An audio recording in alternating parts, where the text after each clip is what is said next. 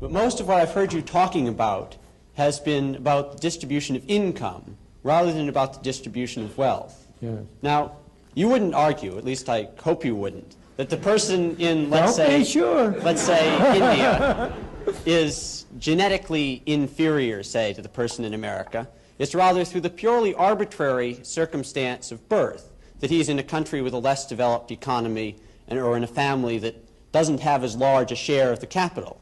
And that's not something that he's to blame for.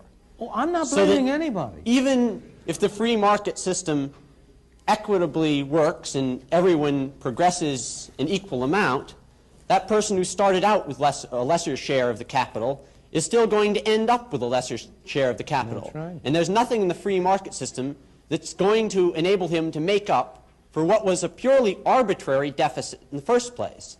And given that the kind of people who become successful capitalists do not become that way by giving away their wealth voluntarily, isn't it necessary to forcibly redistribute wealth before you can begin to operate under a capitalist system? No, it is not. The only way in which you can redistribute effectively the wealth is by destroying the incentives to have wealth. And the question is, what is the way, what is the system which will offer those people who are so unlucky as to be born without good positions, what is the system which will offer them the greatest opportunity? Well, one possible way of redistributing the wealth without affecting the incentives to earn as much income as possible is simply to have a 100% inheritance tax. But since that won't affect the incentives, it's only after the person's dead anyway. I beg your pardon. I'm afraid, I don't know the family you come from.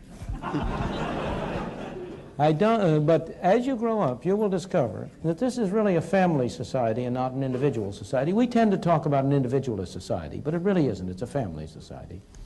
And the greatest incentives of all, the incentives that have really driven people on, have largely been the incentives of family creation, of family, of establishing their families on a decent system. What is the effect of 100% inheritance tax?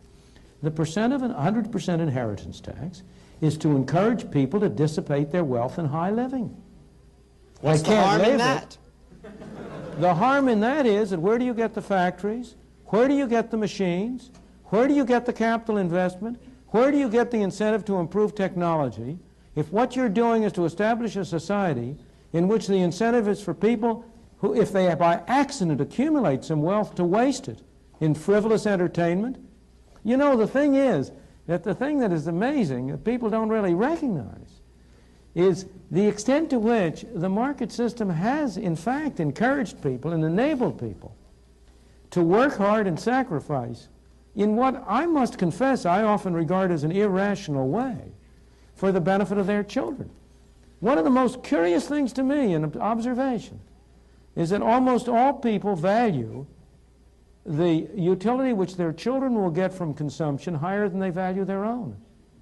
Here are parents who have every reason to expect that their children will have a higher income than they ever had. And they scrimp and save in order to be able to leave something for their children. I think you are sort of like a bull in a china shop if you talk about the 100% inheritance tax having no incentive effects. It would destroy a continuing society. It would destroy a society.